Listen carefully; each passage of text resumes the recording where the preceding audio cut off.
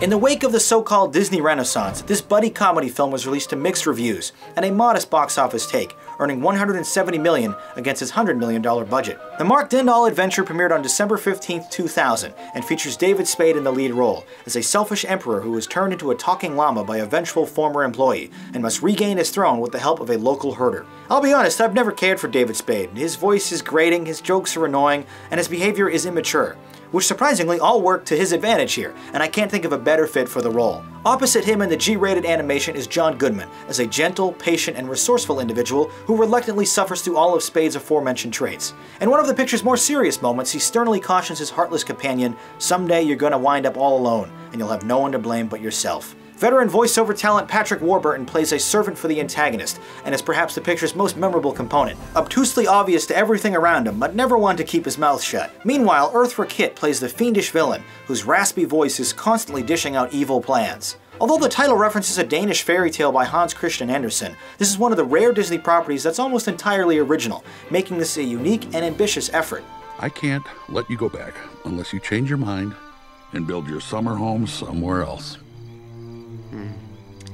I got a little secret for you. Come here. No, closer. I don't make deals with peasants! Then I guess I can't take you back. Fine. I don't need you. I can find my own way back. I wouldn't recommend it.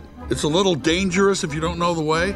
Nice try, pal. No, really, I'm telling you, there are jaguars and snakes and quicksand. I'm not listening. I'm not kidding. Listen, you cannot go in there. Still not listening. The animation here isn't as breathtaking or as detailed as older movies, but at an extremely brisk 78 minutes, this movie never overstays its welcome. In what can best be described as a disappointment, the only original song written for the movie, an Academy Award-nominated original by Sting, is only included in the end credits, as the narrative itself never contains any true musical numbers. Thanks to a fiercely sharp and witty script, however, The Emperor's New Groove ends up being one of Disney's funnier pictures.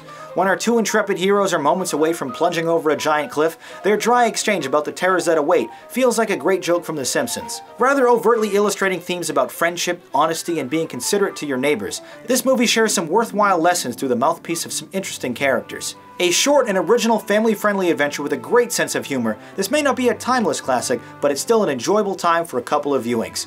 The Emperor's New Groove is goofy and fun, but not quite memorable. Now let's see what you had to say about it.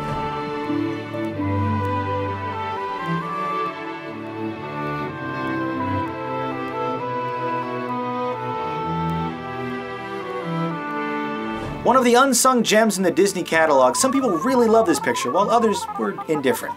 Your scores averaged to a cool. And while I certainly enjoyed it, it just wasn't on par with Disney's earlier efforts, so I'll score this a good.